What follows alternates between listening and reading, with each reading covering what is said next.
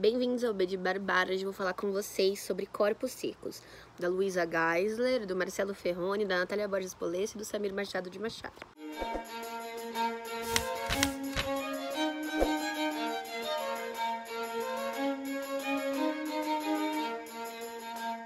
Ao contrário do que muita gente pode pensar, esse livro não é um livro de contos, em que reúne contos desses 4 autores. Pelo contrário, é um romance. E eu não vou ser demagógica com vocês. Quando eu vi o anúncio pela Alfaguara desse livro, a primeira coisa que eu pensei foi a primeira coisa que todo mundo pensou. Será que isso vai dar certo? E foi o que todo mundo me perguntou. Enquanto eu tava lendo, sempre eu comentava com alguém, perguntavam, mas 8 mãos? E aí eu falava, sim, eu também pensei nisso, mas fiquem tranquilos. O trabalho de edição e o processo completo, né, de escrita e de edição do livro foi muito bem feito. 8 mãos pode não dar certo? Pode dar muito errado, mas dessa vez não deu. Então eu indico mesmo essa leitura.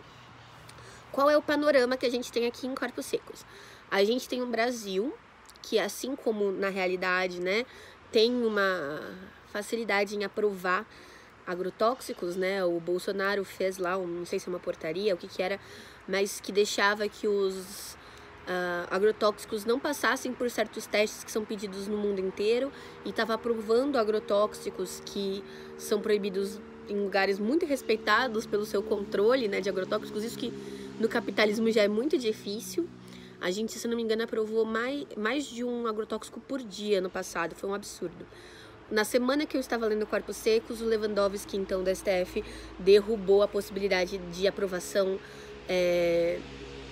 direta, né, desses agrotóxicos para uso nas lavouras. Mas, enfim, eles pegam esse fato, que é um fato que existe, né, no Brasil, já era ruim antes, ficou pior no governo do seu Jair, e eles criam uma ideia de que existe uma empresa chamada Agrotec Brasil, e essa empresa, então, começou a usar alguns agrotóxicos que começaram a causar uma doença nessas pessoas. E essa doença se parece muito com a ideia do zumbi? Sim. Mas ele não vem com uma ideia de que a pessoa morre. Na verdade, começam a brotar nessa pessoa cogumelos. E aí eu achei muito interessante porque me lembrou um pouco das aulas de biologia, quando eles falam sobre as fases daquilo ali. Então, primeiro nascem os cogumelos, aí a pessoa perde a consciência, ela vaga como zumbis por aí, ela ataca as pessoas e tudo mais. Mas eu achei interessante porque tem uma parte depois que eles explicam sobre a última fase, né? Quando o corpo já não tem mais força para se mexer, que ele tá ali jogado no chão e que o corpo explode e joga esporos. Então eu me lembrei, por exemplo, das samambaias e dessas, acho que são as esporófitas, se eu não me engano. Vamos ver se o meu professor de biologia não aparece aqui pra me dar uma bronca, porque eu não prestei atenção na aula dele. Que jogam esporos, assim, e aí esses esporos, é claro, no caso da doença, acabam contaminando essas pessoas. A doença, ela é popularmente chamada, né, digamos assim, de corpos secos. É como o hanseníase e a lepra. A lepra é o mais popular, né, o nome hanseníase é o mais utilizado na parte científica. E logo no começo a gente descobre que essa doença se chama cientificamente doença de Matesson França, que é a primeira referência, a primeira homenagem que esses autores aqui tecem ao mundo dessa literatura de nicho, digamos assim, né? Que é a literatura de zumbis e tudo mais, que é uma referência a Eu Sou a Lenda. Eu não lembro o primeiro nome do autor, mas é alguma coisa Matesson, o nome dele. Eu vou tentar deixar aqui na tela pra vocês. Essa referência eu só peguei olhando na internet, lendo umas resenhas. Nem lembro de qual resenha que eu vi isso, porque eu não sabia realmente o nome do autor de Eu Sou a Lenda. Mas é muito interessante porque em Eu Sou a Lenda a gente tem um protagonista que tá imune ali e que tá tentando descobrir uma cura, ele tá sozinho. Quando a gente começa esse livro, a gente tem o primeiro personagem, que é o Matheus. O Matheus é uma pessoa que pegou essa doença, mas que ele não desenvolveu os sintomas, ele é assintomático. Então ele tá num complexo ali médico e militar, em que eles estão tentando descobrir o porquê que isso aconteceu com o Matheus e como eles podem fazer para utilizar desse conhecimento que eles têm biológico para desenvolver uma cura, desenvolver uma vacina para isso. Acontece que ali também, nesse capítulo do Matheus, tem um homem que é um pregador dos corpos. E aí ele fica com um megafone e isso abala muito o psicológico do Matheus. O Matheus tá em isolamento total e depois ele fica em isolamento parcial, podendo conviver com as pessoas ali do complexo, né? Quando eles percebem que o Matheus não... Quando eles descobrem quais medidas o Matheus tem que tomar para não infectar outras pessoas, né? E aí logo em seguida vem outra referência, porque o Matheus ele vai se relacionar então com um dos funcionários ali. Isso não é spoiler, gente, isso tá nas primeiras páginas, e eu digo páginas, mas eu li no Kindle, né? A outra referência que eles fazem logo nesse primeiro capítulo é ao Romero, que é o diretor de A Noite dos Mortos-Vivos, né? Eu não vi esse filme, confesso, eu gosto de zumbis, mas eu tenho poucas referências bibliográficas, acabei também pegando essa referência na internet, mas achei muito interessante. Agora, outra referência que eu peguei sozinha, né, pelo menos uma, foi a de A Revolução dos Bichos. Tem uma parte na Fazenda em que tem uma pequena referência a isso, eu achei bem massa. E uma outra referência que eu descobri por causa da minha resenha lá no Instagram. Em um momento aqui, um desses grupos que eu vou falar aqui, que eu só falei do primeiro, chega, se eu não me engano, inclusive é o grupo do Matheus, chega a Paraty. E aí, quando eles chegam lá, tem um autor que tá lá sobrevivendo num hotel, que é o Antônio Cherchenesky, um autor contemporâneo nosso aqui brasileiro. E aí, quando eu comentei lá, que eu achei engraçado que o Cherchenesky era um personagem, perguntei pro pessoal se eles topariam ser personagem de um livro apocalíptico de um amigo deles, aí o Cherchenesky me respondeu dizendo que ele também é uma homenagem, porque, pelo que se sabe, o primeiro livro de zumbi escrito no Brasil no século XXI foi do Cherchenesky. Vou deixar aqui a capa pra vocês, então. Então tem todas essas 4 referências das que eu peguei, pode ter muito mais, né? Então, se você leu esse livro e percebeu alguma referência que tá faltando aqui, deixa nos comentários que depois eu deixo lá em destaque. Depois a gente tem um outro personagem que é o Murilo. E aí a gente passa para uma voz em primeira pessoa, que antes estava em terceira. O Murilo é uma criança, ele é um sobrinho, se eu não me engano, do Matheus. E o Matheus, um pouco antes de ir para esse hospital, então ele dá um peixinho pro Murilo, que chama Baleia. E eu achei interessante, né? Fiquei pensando qual que é a referência disso, do corpos secos com vidas secas, né? E esse menino, então, tá num complexo militar com a família, e quando a família vai fugir do complexo militar, ele vai levar o peixe numa Tupperware. E aí, eu acho muito bonitinho, gente, muito fofinho. Ele pensando nesse peixe, ele levando o peixe. Quando ele chega nos lugares, ele explica para as pessoas que ele quer uma água nova para trocar a água do peixe, que ele coloca, que as pessoas começam a pegar refeição de peixe nos pet shops quando eles encontram para entregar pro menino. Eu achei uma fofurinha, assim. E o mais interessante, eu acho, desse capítulo é que esse menino, ele começa muito infantil e muito desapercebido do que tá acontecendo. Ele sempre fala que, falaram pra ele fazer isso, falaram pra ele fazer aquilo, ele não sabe muito bem porque nós, como adultos, entendemos algumas das motivações que podem estar levando esses adultos a mandarem ele fazer isso ou aquilo. E aí, com o tempo, ele começa a tomar consciência, começa a tomar parte nas decisões. Ele percebe que ele não tem mais direito àquela infância.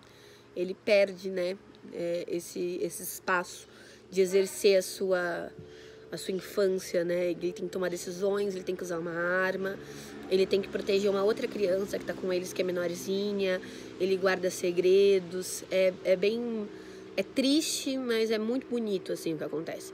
Eu tenho 2 pequenos probleminhas com essa parte, porque eu tenho uma dificuldade com personagens, criança, narrador. Gente, assim, não é que eu não gosto, eu gosto, mas é difícil de eu me sentir convencida minimamente. 2 coisas me incomodaram, são bem pequenas, mas eu vou citar aqui pra vocês não falarem que eu só falei bem do livro. Uma coisa é que ele fala assim, eu nunca estive naquela cidade. E aí logo em seguida ele fala, não, eu peguei a rua não sei o quê. Isso me incomodou um pouquinho, porque, tipo, eu sou péssima de localização. E na minha própria cidade, às vezes eu ando por ruas todos os dias que eu não sei o nome. E por mais que ele possa ter olhado na placa, eu não sei, eu senti um estranhamento ali. Sabe quando você tá lendo e você faz que estranho, ele acabou de falar que não... Tem justificativas, mas eu achei estranho, achei que nem precisava ter, assim. E um momento no final, no último capítulo, não é spoiler, porque, né?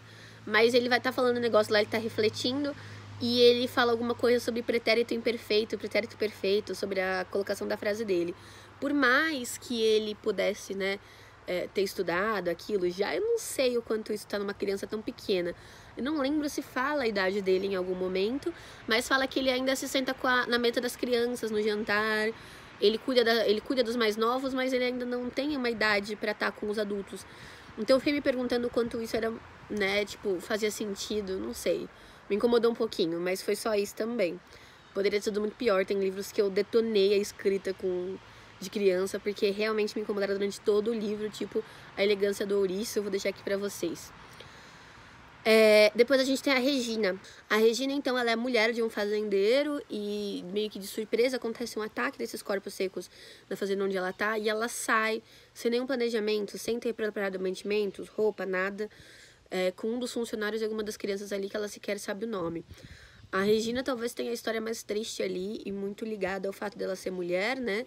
Porque em alguns desses grupos a gente vai ter as dificuldades comuns do corpos secos, do apocalipse, mas a gente sabe que o próprio ser humano em situações extremas causa, né? Então a gente vai ter uma questão de abuso desses homens que tem o mínimo de condição e é desesperador porque você pensa que isso aconteceria com muita facilidade, né? Então, isso que é o pior ainda. Eles nem estão numa fase tão avançada desse apocalipse, esse tipo de coisa já tá acontecendo. Então, você pensa no quanto de mal tem nas pessoas que às vezes estão com a gente não sabe porque elas não têm oportunidade, né? De exercer esse mal. Depois a gente tem o último personagem, na verdade são dois, é aí que eu queria chegar. A Constância é uma engenheira de alimentos que tem um irmão gêmeo, o Conrado. O Conrado é vegano, gay e drag queen. E é interessante porque a narrativa da Constância também é em primeira pessoa, né? Os outros dois que eu não citei em terceira. Mas a Constância, então, ela tá narrando ali a história dela. E ela tem várias questões de achar que os pais dela gostam menos dela do que do Conrado, de fazer algumas comparações desse tipo. Mas a gente vê que ela é bem tratada, assim, né? Não que seja totalmente da cabeça dela, mas eu acho que talvez ali também não esteja no momento de normalidade para a gente poder julgar isso. Mas então eles vão atrás dos pais deles, né? Todos esses grupos estão em movimento pelo Brasil, porque tem alguns lugares que são considerados mais seguros, como São Luís no Maranhão, Vitória e Florianópolis, que eu descobri, graças a esse livro, são as únicas 3 capitais do Brasil que ficam em ilhas, e por isso, geograficamente, faz sentido que elas sejam mais fáceis de isolar, em uma questão de apocalipse, assim. E aí eles estão tentando se mover para esses espaços ou para lugares que tem embarque para esses espaços, né? Tipo, Rio de Janeiro, a Escola Naval tá tendo embarques para Florianópolis e tal. Então eles estão todos em movimento ali em algum momento do livro. E aí a Constância e o Conrado decidem procurar pelos pais nesse meio tempo, né? Pra ver se os pais querem ir junto. E existe um momento em que a Constância dá ao Conrado a voz, né? E eu acho que isso foi uma sacada sensacional, porque ela sempre fala da questão da conexão dos irmãos, de como eles sentem, de como eles pensam parecido. E aí, nesse momento em que um Conrado pega a voz, a gente não sente como se essa voz tivesse sido roubada da Constância, mas sim como se fosse um fluxo natural ali, por essa conexão que eles compartilham, né? E a Constância, depois, quando retoma a voz dela, ela até fala dessa questão de ela continuar achando que consegue ouvir o que o Conrado tá dizendo, porque eles se separam, né? E é um livro que eu acho que a gente tem que lê-lo, não esperando que ele seja um ensaio sobre a cegueira, para quem já leu ou assistiu o filme. É um tratado de como a humanidade se moveria durante um apocalipse zumbi. Eu acho que é interessante pensar nos personagens do Murilo e da Regina nesse sentido, no sentido de que eles nos mostram o que uma parcela da sociedade teria de diferente durante um momento desse, mas em outros momentos eles são coisas bem mais simples ou muito mais específicas, como no caso do Mateus. É um livro que me suscitou várias risadas, porque não à toa ele tem críticas ao governo atual, mesmo que bem leves, são tipo pequenos cutucõezinhos, assim, mas que me fizeram rir muito. É bem no comecinho, assim, e a Constância e o Conrado estão num supermercado. E sabe aquele tipo de coisa que você pensa assim, cara, é o tipo de coisa que às vezes eu pensaria, é o tipo de coisa que eu faria. Eu mandei para algumas amigas minhas, todas falaram que riram. Eu ri diversas vezes durante essa leitura, acho que ela tem um bom humor, e um bom humor que não é acrítico, aqui se fala mal do Bolsonaro, e ele não é militante panfletário, essas pequenas coisas, elas estão em diálogos comuns e que eu achei muito verossimilhantes. Foi isso que eu mais gostei. Então, por exemplo, esse trecho que eu vou ler pra vocês aqui do primeiro capítulo da Constância. Ela tá no mercado com o irmão. E aí aparece uma mãe e um filho. Fica esperando que ela complete a frase, mas a mulher não me diz mais nada. Só grita pro filho que estava pendurado numa prateleira para pegar uns cebolitos. Jair, desce daí, guri. Tu vai te arrebentar e depois eu vou te arrebentar com uma chinelada.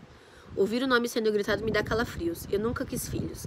Um dos fatores que fizeram com que eu e a Lena nos separássemos. Mas se eu tivesse que carregar meu filho pelo fim do mundo, não o ameaçaria com uma chinela. Acho.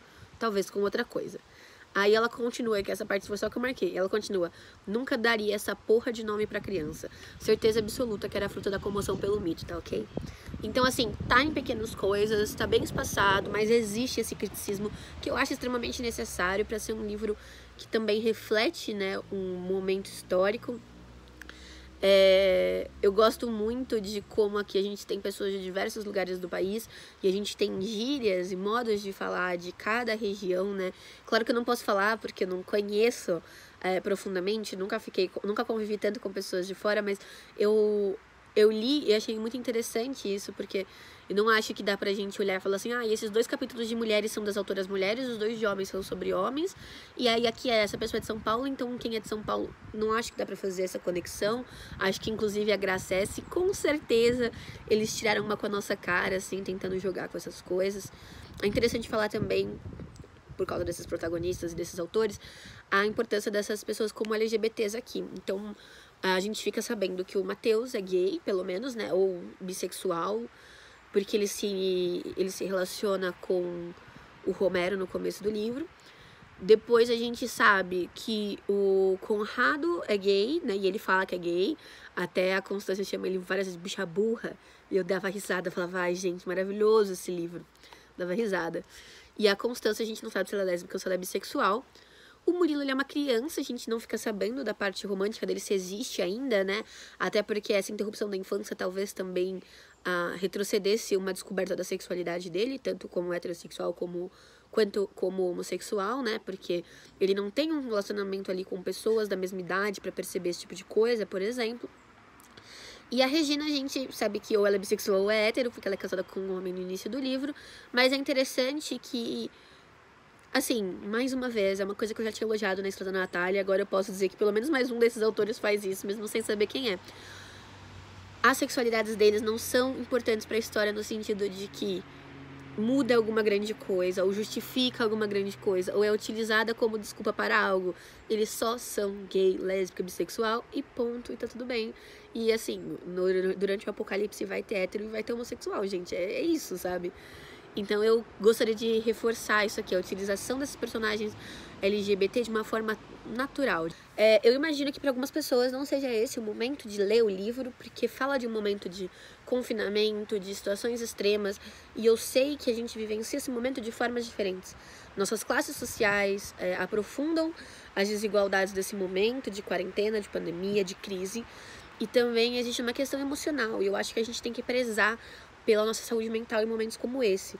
Então eu entendo completamente que algumas pessoas não queiram ler esse livro agora, mas a minha indicação fica para depois. Talvez ler esse livro agora para alguns seja um jeito de catarse, ou de pensar poderia ser pior, poderia ter mortos-vivos vagando por aí, ou de entender um pouquinho da questão de se sensibilizar com o isolamento do Mateus, ou se sensibilizar com outras questões que são colocadas aqui no livro e que podem estar muito próximas de você, ou se não, fica a minha dica aí pro fim da quarentena, ou seja, terminou tudo, deixa eu ler e deixa eu rir um pouquinho e pensar que passou e me sentir bem com relação a isso.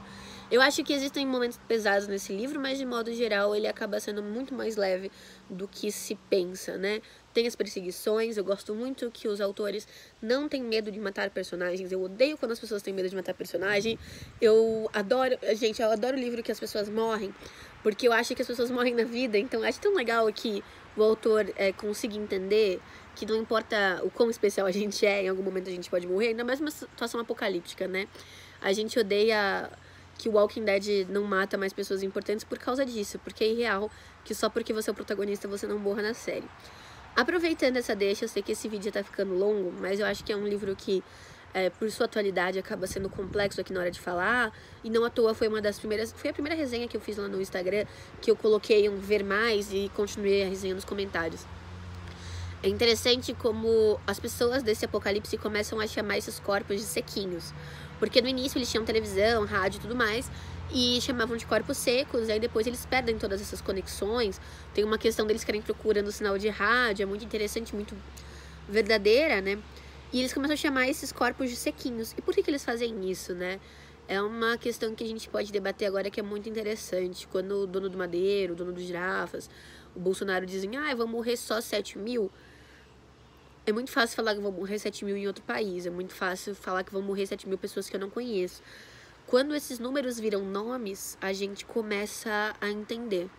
Quando não morreu 7 mil, mas morreu a sua vizinha, a sua tia, o seu pai. Quando morrem pessoas próximas da gente, a gente começa a entender a gravidade e começa a ver a importância das medidas que a gente está tomando agora, por exemplo. São medidas profiláticas, é isso? Medidas que impedem que a doença se espalhe. Então, isolamento horizontal, lavar as mãos, usar máscaras, luvas, higienização de tudo que entra em casa. Tudo isso começa a fazer sentido. E existe também uma questão da gente começar a humanizar essa doença, né? Então, a gente para de falar que morreu 7 mil e começa a lembrar da pessoa que a gente ama e que tá com essa doença e que a gente tem medo que aconteça algo a ela. Aqui nos sequinhos é a mesma coisa. É muito fácil chamar de corpos secos ou de síndrome de Matheson-França ou doença de Matheson-França, quando as pessoas que estão ali não são as suas pessoas. Quando é o seu pai, o seu tio, o seu avô que tá naquela situação, você tenta humanizar. E aí o uso do diminutivo, sequinhos, é uma tentativa de trazer afeto para uma coisa que faz mal pra gente, mas da qual a gente não consegue se descolar. E eu acho que isso acaba sendo muito parecido com o que acontece no Walking Dead, já que eu citei o Walking Dead agora há pouco. Pra quem assistiu sabe que, né, pode se chamar de zumbi, pode se chamar de mortos-vivos, mas as pessoas chamam de caminhantes, porque é um jeito de amenizar aquele horror, né? É um jeito de não tratar com tanto desdém alguém que você ama e que esteve naquela situação. Porque em algum momento todos nós conhecemos alguém que está naquela situação. Numa situação de crise, numa situação de pandemia ou numa situação apocalíptica, que é o caso aqui do livro. Me desculpa se eu acabei divagando um pouco mais. Acho que esse livro foi uma leitura feita em boa hora, pelo menos para mim. Eu me diverti ao mesmo tempo que me sensibilizei. E fica a minha dica aqui para vocês. Se vocês gostaram desse vídeo, se inscrevam no canal de Cana Bolinha com o meu rosto que vai aparecer aqui na tela e deem uma olhadinha nas outras resenhas que eu já fiz aqui no canal. Eu já resenhei os 2 livros da Natália Borges Polesso de contos, o Recordes para um Amor de Fotografia Sem Gente e o Amor. Então, se você tiver interesse, tá no mesmo vídeo, eu vou deixar aqui na tela pra vocês. E eu já me antecipei, já baixei o Luzes de Emergência Se Acenderão, que a companhia disponibilizou de graça. Já baixei o livro do Xerxinés, que também as perguntas, que estava disponibilizado de graça no Kindle. E pretendo ler, com certeza, o Samir Machado de Machado e o Marcelo Ferroni para conhecer a escrita deles. E quem sabe a gente não faz um bolão. Se você leu esse livro, comenta aqui embaixo qual personagem você acha que foi escrito por cada autor. Eu vou tentar fazer esse bolão aí, só que eu preciso conhecer a escrita deles para poder opinar com mais... como fala? Com mais... Ai, fugi a palavra completamente. Com mais propriedade. É isso. Gente, um beijo. E até a próxima.